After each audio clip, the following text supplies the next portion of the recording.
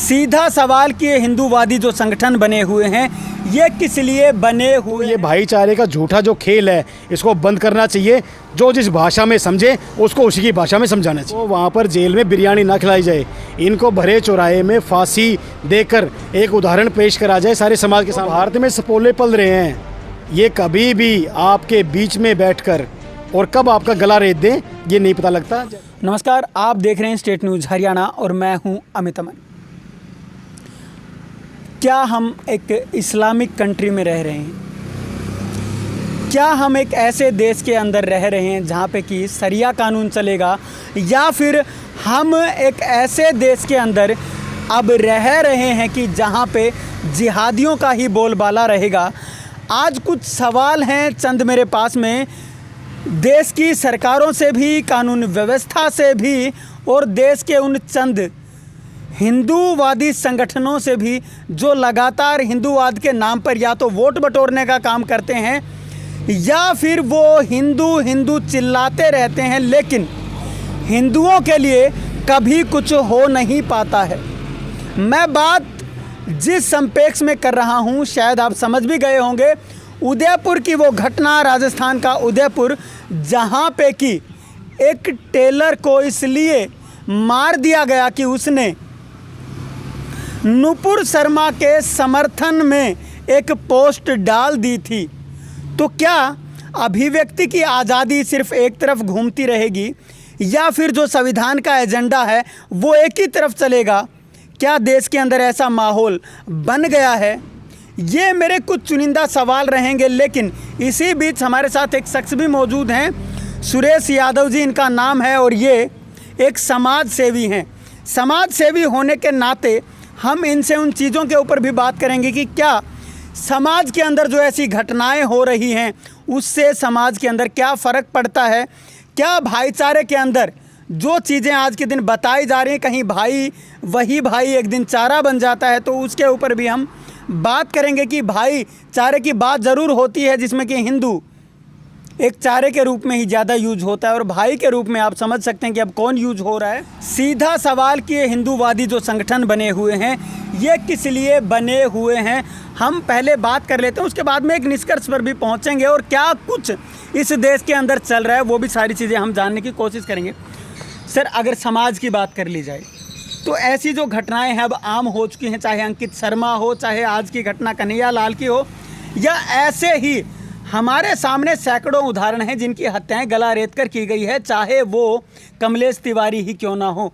तो ये किस और जो संदेश है वो देता है और किस तरीके के जो संकेत हैं वो मिलते हैं? क्या ऐसे ही जो गले हैं वो रेते जाते रहेंगे एक धर्म के नाम पर? नमस्कार अमित भाई, मैं पहले तो जो मुद्दा बहुत ही ये एक हिंदू धर्म की, आम आदमी की भावनाओं से जुड़ा हुआ मुद्दा है और इसको आप उठा रहे हो, मैं आपका बहुत बहुत आभार व्यक्त करता हूँ। और साथ में बहुत ही दुख भरी जो ये घटना हुई है उदयपुर वाली, जो कन्हैया लाल जिनका मर्डर दो मुसलमानों ने, मोहम्मद रियाज़ और मोहम्मद शाह ने मिलकर करा, तो इसके लिए बहुत जितनी इनकी निंदा करी जाए उतनी कम है। और ये तो जघन्य अपराध जो है निंदा के काबिल भी नहीं है बल्कि सज़ा के काबिल है। और अभी सुनने में तो आया भी पुलिस ने उनको गिरफ़्तार कर लिया है, लेकिन गिरफ़्तारी ही इकलौता समाधान नहीं है इसका, क्योंकि ये लोग एक एजेंडे पे चल रहे हैं और एजेंडा जैसे आप बता भी रहे थे वो एजेंडा बिल्कुल IAS का जो एजेंडा हुआ करता था कि किसी की हत्या कर दो, किसी का खून कर दो, फिर उसको आप लाइव वीडियो के माध्यम से और जनता में फैलाओ। उसका मेन उद्देश्य क्या होता है? डर की भावना, लोगों में डर पैदा करना, ये भावना मेन वो रहती थी। तो बहुत ही जघन्य जो अपराध इन्होंने करा है ये किसी भी रूप में माफ़ी के और सिर्फ खेद जताने के काबिल नहीं है। समाज का जो ताना बाना है वो कैसे टूटता है इन चीज़ों से? समाज का ताना बाना तो सारे ख़त्म हो गया है। आप खुद ही अभी कह रहे थे भाई और चारा, तो भाई तो मुसलमान के लिए यूज़ हो रहा है, चारा हिंदू बन रहे हैं। तो ये सिर्फ भाईचारे का नहीं बल्कि ये दाना इस्तेमाल हो रहा है, उसमें भाईचारे में एक दाना भी शब्द है, ये दाना इस्तेमाल हो रहा है हिंदुओं को एक दाना बना के, चाहे वो कोई भी हिंदू संस्था है जो अपने आप को हिंदुत्व का ठेका लेके जो काम कर रही है, ये सारी की सारी संस्थाएं तो सारे के सारे एक चारे के रूप में हिंदुओं को, चाहिए वो वोट बैंक के लिए हो चाहे वो अपने पैसे बटोरने के लिए हो, उसके लिए यूज़ कर रही है सारी की सारी। एक चारा बन चुका है हिंदू। हिंदू आस लगाए बैठा है सरकार से। सरकार हिंदू की कभी है नहीं। सरकार को तो सबको साथ लेके चलना एजेंडा, वो अपनी राजनीतिक से रोटियां सेकते हैं उसमें। हिंदू को खुद जागना होगा अपने अधिकारों के लिए। हिंदू को अपना बचाव खुद करना होगा। ये आपके घर के अंदर तक घुस चुके हैं। जहाँ पर आबादी इनकी कम है वहाँ पर भी आप ये घटना देख रहे हो। तो सोचो, जहाँ पर इनकी आबादी ज़्यादा होगी, क्या वहाँ पर लोग चैन अमन से रह पा रहे होंगे? बिल्कुल भी नहीं रह पा रहे होंगे। कितने हिंदूवादी संगठन हैं जो ठेका लेते हैं? उसके साथ साथ जो संविधान है, क्या सिर्फ एक ही तरफ लागू होता है, या फिर जो एक सेक्युलरिज्म का जो कीड़ा बोया गया है लोगों के दिमाग के अंदर, लेकिन आज भी बहुत से लोग ऐसे हैं जो इन्हीं लोगों के बचाव में उतरे हुए हैं, जो कि मारने वाले हैं।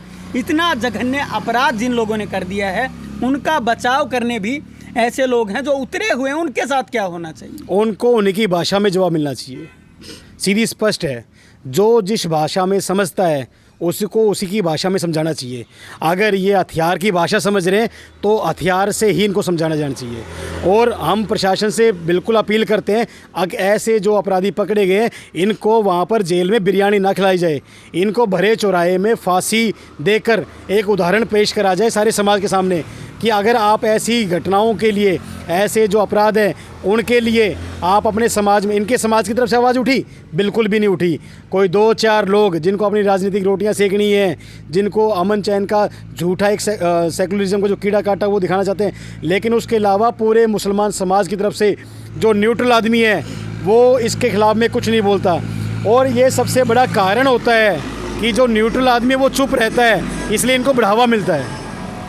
सरकारें आखिर कर क्या रही हैं? राजस्थान की अगर मैं बात करूं, राजस्थान के उदयपुर में जो घटना हुई है, घटना से कुछ दिन पहले सिर्फ एक समर्थन का पोस्ट डालना, उसके ऊपर तो गिरफ्तारी हो जाती है, लेकिन जब बात आती है किसी के मर्डर करने की, धमकी देने की, तो जो प्रशासन है उसके कानों के अंदर जूं तक नहीं रेंगती और उस व्यक्ति के बारे में कोई कुछ नहीं करता। और वो व्यक्ति आकर के गला रेत देता है, गला काट देता है और एक सीधा नारा देता है जो इन्होंने बनाया हुआ है कि जो भी इनका मोहम्मद साहब जो भी बात करते हैं, ये उनकी अगर गुस्ताखी उनके उसमें कोई करेगा, उनकी इज्जत में कोई गुस्ताखी करेगा, तो जो गला है उसको वो रेत देते हैं या फिर कहते हैं कि हर तन से जुदा।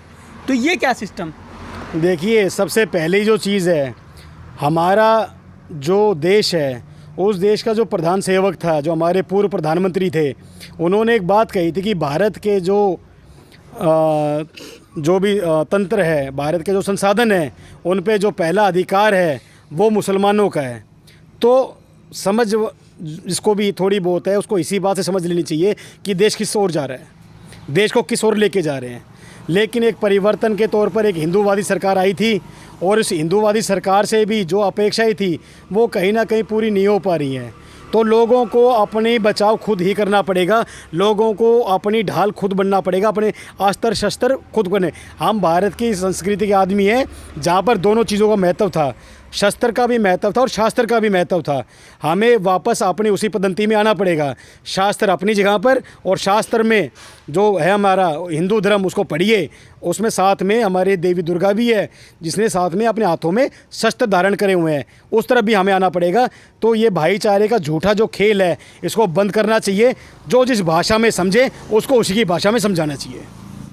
लोग बार बार बोल रहे हैं कि देश एक ऐसे गृह युद्ध की तरफ बढ़ रहा है, तो क्या एक जनसंख्या विस्फोट, या फिर अगर कहें कि हिंदुस्तान के अंदर साफ तौर पे बोलना चाहिए कि क्या बढ़ती हुई मुस्लिम आबादी, या उन क्षेत्रों के अंदर बढ़ती हुई मुस्लिम आबादी जहाँ पे कि सिर्फ और सिर्फ हिंदू रहता है, क्या ये खतरे की घंटी है? भारत को पाकिस्तान से या चीन से इतना खतरा नहीं है, जिससे ज़्यादा उसको खतरा यहाँ पर अंदर जो सपोले पड़ रहे हैं इनसे है। जो भारत में सपोले पल रहे हैं ये कभी भी आपके बीच में बैठकर और कब आपका गला रेत दें ये नहीं पता लगता, जैसा कि अभी उदयपुर में हुआ। और ये सच्चाई है, जहाँ पर इनकी जनसंख्या हल्की सी भी 20-25% से ऊपर पहुँचती है, ये वहाँ पर दूसरी कौम को जीने नहीं देते हैं। तो आप सोच के देखिए कि जहाँ पर इनकी जनसंख्या 50% 60% है, वहाँ पर तो ये वैसे किसी को नहीं जीने देंगे। इनकी जनसंख्या नियंत्रण कानून भारत में लागू होना बहुत ज़्यादा ज़रूरी है। देश की इस समय पे जो संसाधन है वो सीमित होते जा रहे हैं और इनकी जनसंख्या रुकने का नाम ही नहीं ले रही है। आज हिंदू धर्म में आप देखेंगे एक बच्चा होता है या 2 बच्चे होते हैं, वो लोग अब महंगाई की मार से त्रस्त हैं कि कैसे करेंगे, लेकिन ये लोग चोरी करते हैं, छल करते हैं, कपट करते हैं, डाके डालते हैं, मतलब भीख मांगते हैं, यही इनका धंधा बचा हुआ है। बहुत गिने चुने परिवार हैं मुसलमानों में, तो शिक्षा का जो अभाव है वो बहुत गहरा है, उसने देश को अभी तक वंचित रखा है। और दूसरी ये जो धार्मिक शिक्षा ये लेते हैं, जो कि इनके मस्जिदों में जो शिक्षा इनको दी जाती है, ऐसा क्यों होता है कि हर शुक्रवार को ही कुछ ना कुछ गड़बड़ होती है। जब भी मस्जिदों से बाहर निकलते हैं उन लाउड स्पीकरों में ऐसी कौन सी बात है जो इनके कानों में डाली जाती है और ये बाहर आते ही उपद्रव करने लग जाते हैं। हम जब भी पत्थरबाजी देखते हैं वो शुक्रवार को, हम जब भी कोई अप्रिय घटना देखते हैं वो शुक्रवार को। तो इन्होंने तो लाउड स्पीकरों को, मस्जिदों को अपना एक सोर्स कम्युनिकेशन का बना लिया है, सूचना पहुंचाने का वो बना लिया है। इसके ऊपर भी बैन होना चाहिए, लाउड स्पीकर हटने चाहिए इन मस्जिदों से, और जनसंख्या नियंत्रण कानून है वो बिल्कुल जल्दी से जल्दी लागू होना चाहिए। क्या ऐसे माहौल के अंदर हमारे पास में क्या पता कौन अब्दुल, कौन रियाज, कौन और कोई मोहम्मद घोष रह रहा हो, क्या ऐसे माहौल में हम अपने आप को सुरक्षित महसूस कर सकते हैं? हमारे घरों के अंदर क्या हमारे साथ में रहने वाला, सोसाइटी में रहने वाला, या हमारे घरों पर नौकरी करने वाला, हमारे कारोबार के अंदर नौकरी करने वाला कोई भी व्यक्ति, क्या ऐसे नाम के व्यक्ति से और ऐसी सोच की व्यक्ति जो हमारे साथ में रहेंगे तो क्या सोसाइटी सुरक्षित रह सकती है ऐसे माहौल? बिल्कुल भी नहीं रहेगी, सोसाइटी बिल्कुल सुरक्षित नहीं है। और मैं आपके चैनल के माध्यम से मेरे सारे भाइयों को अपील करता हूँ कि इनका आर्थिक बहिष्कार करना शुरू करें। आप 2 रुपये के लालच में मत इनसे काम करवाइए। अगर हाँ अब्दुल है वो मेरे घर का रंग पेंट सस्ता कर देगा, अब्दुल है वो मेरा पेंचर अच्छा वो कर देगा, आप इन 2-2 रुपये के चक्कर में अपने आप के अंदर सपोले पाल रहे हो। आप इन सपोलों को दूध पिला रहे हो। आप आर्थिक इनके ऊपर मार कीजिए, इनसे कोई सामान मत खरीदिए। आप कोई, चाहे वो कालीन बेचने वाला आ रहा हो, चाहे वो दरी बेचने वाला आ रहा हो, चाहे वो सब्जी बेचने वाला आ रहा हो, चाहे वो कूड़ा बिनने। मैं आज की डेट में देखता हूँ कि हमारे पूरे यहाँ पर कौशली क्षेत्र में, रेवाड़ी क्षेत्र में इतने ज़्यादा कूड़े वाले, और वो सारे आपको बताएंगे कोई आसाम से है, कोई बंगाल से है, हो सकता है वो बांग्लादेशी घुसपैठिए भी हों। तो ये आर्थिक मार इनके ऊपर बहुत ज़रूरी है। मैं सभी से हाथ जोड़कर अपील करता हूँ, अगर आपके बस में नहीं है शस्त्र उठाना तो कम से कम आप 2 रुपये फालतू अपने हिंदू भाई को दीजिए, और इनसे आप कोई भी सामान मत खरीदिए, इनसे आप कोई भी अपना काम मत करवाइए। आर्थिक मार तो आप कर सकते हैं, ये तो आपके हाथ में है। सर आपका बहुत बहुत धन्यवाद, आपने इस मुद्दे पर अपनी राय रखी। बहुत बहुत धन्यवाद अमित भाई। और मैं इसके बारे में हमारी जो यहाँ की प्रशासन है उससे भी अपील करूँगा कि वो यहाँ पर मुनादी करवा के गाँव के, अभी चलो सरपंच नहीं अभी तो गाँव में फ़िलहाल, लेकिन जैसी नई पंचायत आती है मुनादियाँ करवा के, और गाँव में जो लोग रह रहे हैं या कस्बे में जो लोग किराए पे रह रहे हैं उनकी पहचान ज़रूर करवाई जाए। कहीं झूठे दस्तावेज उनके नहीं बन रहे हों, कहीं पे उनके जो कागज़ पत्री हैं वो यहाँ के लोकलों ने अपने वोट के चक्कर में ना बनवा दी हो, उनकी पहचान करवाई जाए। मैं आपके चैनल के माध्यम से ये अपील ज़रूर करूँगा, इनकी पहचान करवा के, और जो यहाँ से इलीगल रूप से रह रहे हैं उनको यहाँ से बाहर निकलना चाहिए। हमें हमारे एरिया में, हमारे क्षेत्र में कोई अब्दुल नहीं चाहिए, हम अपना काम खुद कर लेंगे। सबसे बड़ी बात यहाँ पे ठेकेदारों की मैं बात कर रहा हूँ कि जो हिंदू धर्म में ठेकेदार बने फिर रहे हैं, क्या आखिर कभी वो खड़े होंगे? क्या इन जो ये निर्मम हत्याएं की जा रही हैं ISIS के तरीके से, क्या इनका जवाब कभी मिलेगा? या फिर उनको जो कानून है तथा कथित जो संविधान है, क्या उसके द्वारा उसी तरीके की जो सज़ा है क्या उनको मिल पाएगी जो इतना जघन्य अपराध करते हैं? और वही लोग, अपराध करने वाले, कभी कानून की दुहाई देने लगते हैं, कभी संविधान की दुहाई देने लगते हैं, और उनके समर्थक इतने खड़े हो जाते हैं कि वो इस चीज़ को एक राजनीतिक एजेंडे का रूप दे देते हैं कि ये तो चुनाव का समय है और चुनाव के लिए जो है वो ये प्रोपोगेंडे रचे जा रहे हैं। तो ऐसे लोगों से भी बचकर रहें जो झूठे सेकुलरिज्म के तहत आप लोगों के अंदर कीड़े डालने की कोशिश कर रहे हैं, उनसे भी आप बचने की कोशिश करें। और तमाम ऐसे लोगों का आप आर्थिक बहिष्कार करें, लेकिन इन हिंदूवादी संगठनों को भी सामने आकर के बताना होगा कि वो लोग किस लिए काम कर रहे हैं।